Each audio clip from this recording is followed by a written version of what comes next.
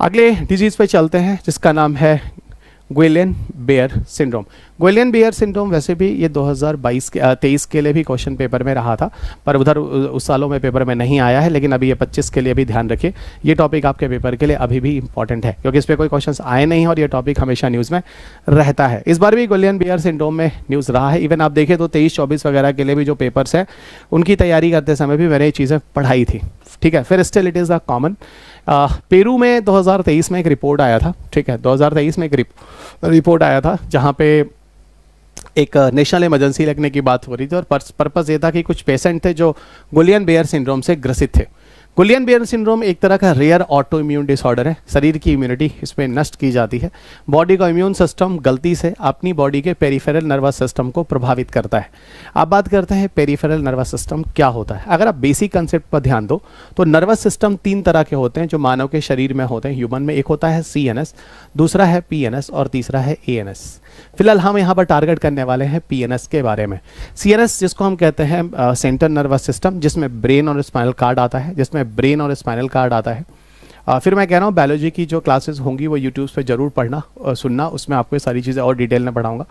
PNS में आपको आता है बच्चा पेरिफेरल नर्वस सिस्टम, ये जो लिखा हुआ है, जिसमें आपको एक क्रेनियल नर्व मिलता है, one is the cranial nerve, और दूसरा जिसे हम कहते हैं स्पाइनल नर्व, ठीक है। क्रेनियल नर्व और स्पाइनल नर्व आता है, ठीक है। तो ये जो होता है ये कहाँ किसको इफेक्ट डालता है, पेरिफेरल नर्वस सिस्टम को, यानी ब्रेन से निकलने वाला जो क्रेनियल नर्व होता है, स्पाइनल कार्ड से निकलने वाला जो स्पाइनल नर्व होता है, उसको ये प्रभावित करता है। तो this is also the kind of autoimmune disorder. ज़्यादातर ये मेल में देखा जाता है और एडल्ट केस में बीमारी ज़्यादा देखने को मिलती है। इसमें टिंगलिंग सेंसेशन हो जाता है। इसके अलावा लेग्स वगैरह में बीमारी आपको ज़्यादा देखने में आती है सिम्टम्स। यहाँ तक कि पैर वगैरह में, भुजाओं में, फेशियल मसल्स वगैरह में पैरालिसिस तक की बीमारी देखने को मिलती है, ठीक है। तो ये काफ़ी सीवियर हो जाता है इस केसेस में गुइलेन बेयर सिंड्रोम, और ये ऑटोइम्यून डिसऑर्डर है जहाँ पर हमारा पेरिफेरल नर्वस सिस्टम प्रभावित होता है। बहुत सारी बीमारियां हैं जो अगर देखा जाए तो बैक्टीरियल वायरल इन्फेक्शन से होती हैं, जिनमें इस तरह के सिम्टम्स आते हैं। जैसे आपको देखो तो कंपाइलोबैक्टर जेजुनी है एक वायरल बैक्टीरियल इन्फेक्शंस में अगर देखा जाए, एक एप्स्टीन बार वायरस है EPB, और साइटोमेगालोवायरस है CMV।